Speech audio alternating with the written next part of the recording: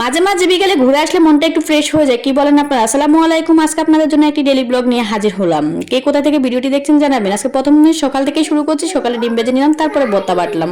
সকালবেলা আজকে ভাত খাবো তাই ভর্তা বাটছি।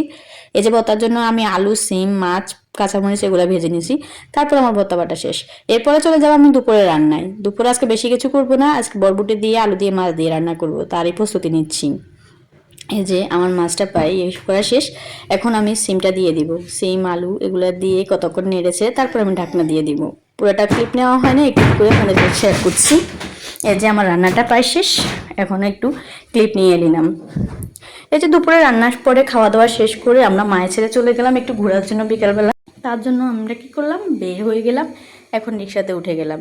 রিক্সাতে উঠে একটু ক্লিপ নিলাম। এই যে রিক্সাওয়ালা আমার রিক্সা চালাচ্ছে আর আমরা একটু একটু করে আপনাদের জন্য ক্লিপ নিলাম। তারপর চলে গেলাম ফুচকা খাওয়ার জন্য। ফুচকা অবশ্য আমি খাইনি, আমি চটপটি খেয়েছি। আমার থেকে চটপটিটাই অনেক মজা লেগেছে। আজকের ভিডিওটি এখানেই শেষ করছি। যদি ভালো লেগে থাকে তাহলে লাইক কমেন্ট করবেন, পাশে থাকবেন। আসসালামু আলাইকুম। সবাই ভালো থাকবেন, সুস্থ থাকবেন। আল্লাহ হাফেজ।